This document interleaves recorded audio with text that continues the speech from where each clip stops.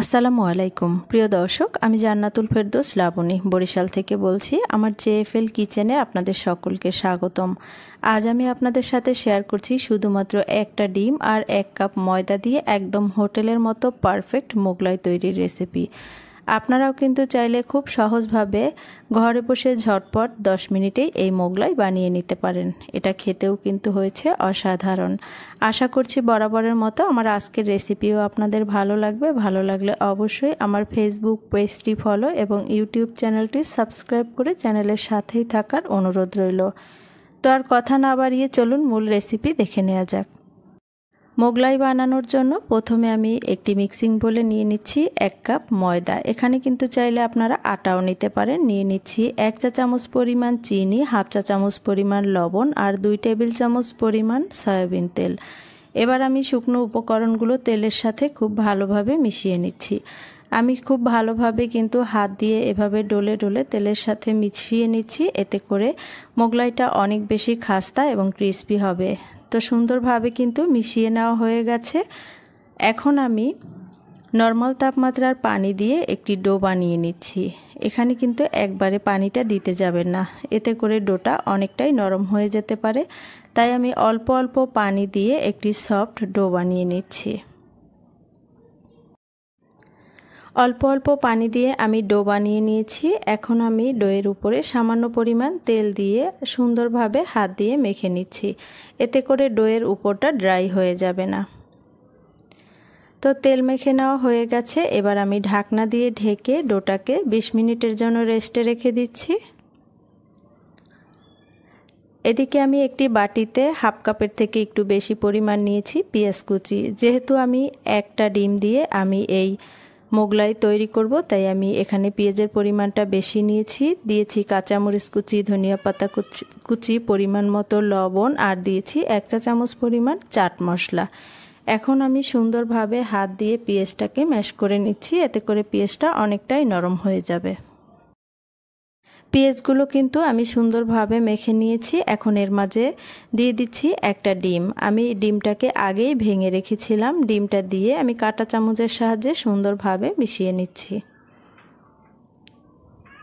মোগলাইয়ের ভেতরের পুরটা কিন্তু আমার একদম রেডি, আর এটাও কিন্তু সুন্দরভাবে মিশিয়ে নেওয়া হয়ে গেছে। এখন আমি এই পুরটাকে একটা সাইডে রেখে দিচ্ছি। এদিকে আমি যে ডোটাকে রেস্টে রেখেছিলাম, দেখুন 20 মিনিট পর ডোটা কতটা সফট হয়ে গেছে, একদম সফট হয়ে গেছে ডোটা। আমি ডোটাকে হাত দিয়ে একটু মথে নিচ্ছি। হাত দিয়ে মথে নিয়েছি। এবার আমি এই ডোটাকে 2টা ভাগ করে নিচ্ছি। আমি 2টা লেচি করে নিচ্ছি। আমি 1 কাপ ময়দা দিয়ে 2টা মোগলাই তৈরি করব, তাই আমি 2টা লেচি নিয়েছি। আপনারা যদি মোগলাইয়ের সাইজটা একটু ছোট করে বানাতে চান, সেক্ষেত্রে কিন্তু আরও বেশি লেচি করে নিতে পারেন। তো আমি বেশ বড় সাইজের 2টি মোগলাই বানিয়ে নেব, তাই আমি একটা লেচি একটা সাইডে রেখে আর বাকি আরেকটি লেচি আমি নিয়ে এভাবে বেলে নিচ্ছি। সামান্য পরিমাণ তেল দিয়ে তারপরে আমি বেশ পাতলা করে একটি রুটি বেলে নেব। যতটা সম্ভব পাতলা করে রুটিটা বেলে নিতে হবে। সামান্য পরিমাণ তেল দিয়ে হাত দিয়ে ছড়িয়ে নিয়েছি।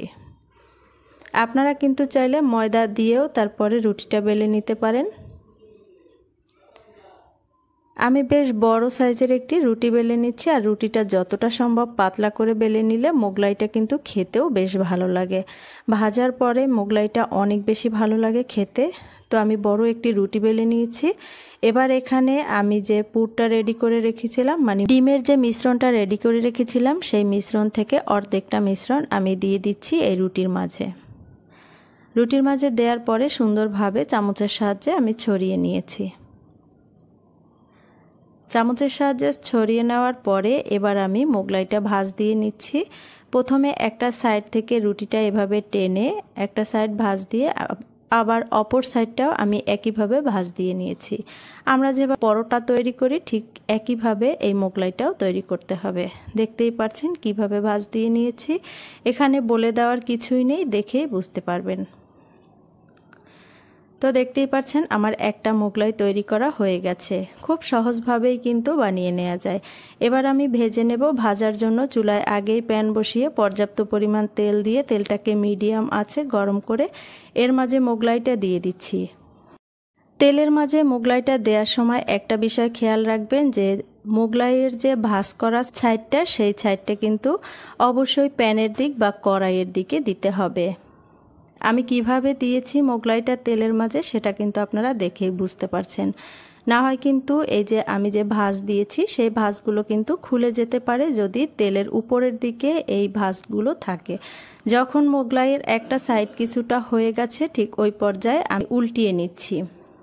একটু সাবধানে উল্টিয়ে নেবেন, না হয় কিন্তু তেল গায়ে ছিটতে পারে। উল্টিয়ে পাল্টিয়ে আমি মোগলাইটা ভেজে নিয়েছি আর দেখুন কতটা ফুলে উঠেছে আর সুন্দর কালার চলে এসেছে। তেল থেকে তুলে নিয়েছি। বাকি মোগলাইটাও কিন্তু আমি একইভাবে তৈরি করে নিয়েছি আর একইভাবে চুলার আঁচ মিডিয়ামে রেখে উল্টিয়ে পাল্টিয়ে ভেজে নিচ্ছি।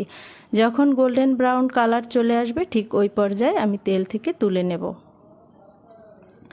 একটু সাবধানে উল্টিয়ে পাল্টিয়ে মোগলাইটা ভেজে নিতে হবে। আর উপরে আমি এরকমের একটু তেল দিয়ে দিচ্ছি, এতে করে মোগলাইটা একদম ফুলে বালিশের মতো হয়ে যাবে। দেখতেই পাচ্ছেন মোগলাইটা কতটা ফুলে উঠেছে। দুইটা মোগলাই কিন্তু আমি একইভাবে ভেজে নিয়েছি। এখন আমি আপনাদের পরিবেশন করে দেখিয়ে দিচ্ছি। দেখুন মাশাআল্লাহ মোগলাই দুইটা কতটা ফুলেছে এবং পারফেক্ট হয়েছে। একদম হোটেলের মতো করেই তৈরি করেছি। এবার আমি আপনাদের কেটে দেখিয়ে দিচ্ছি। আমরা যখন হোটেল বা রেস্টুরেন্ট থেকে মোগলাই কিনে নিয়ে আসি এভাবে করেই কিন্তু ছোট ছোট করে কেটে দেয়। আপনারাও কিন্তু এভাবে বাসায় তৈরি করতে পারেন। এটা খেতে দারুণ হয়েছে। হোটেল বা রেস্টুরেন্টের থেকে কিন্তু কম হয়নি। খেতে আরও আমার কাছে মনে হয় বেশি মজার হয়েছে। আশা করছি বরাবরের মতো আমার আজকের রেসিপিও আপনাদের ভালো লেগেছে। আর অবশ্যই কিন্তু বাসায় একবার হলেও ট্রাই করতে পারেন। অল্প খরচে অল্প উপকরণে ভীষণ মজার একটি রেসিপি আপনাদের সাথে শেয়ার করেছি আর একদম স্বাস্থ্যসম্মত পরিবেশে। ভিডিও ভালো লাগলে অবশ্যই কিন্তু লাইক কমেন্ট করতে ভুলবেন না। সবাই ভালো থাকবেন, সুস্থ থাকবেন। আজকের মতো এখানেই বিদায় নিচ্ছি। আল্লাহ হাফেজ।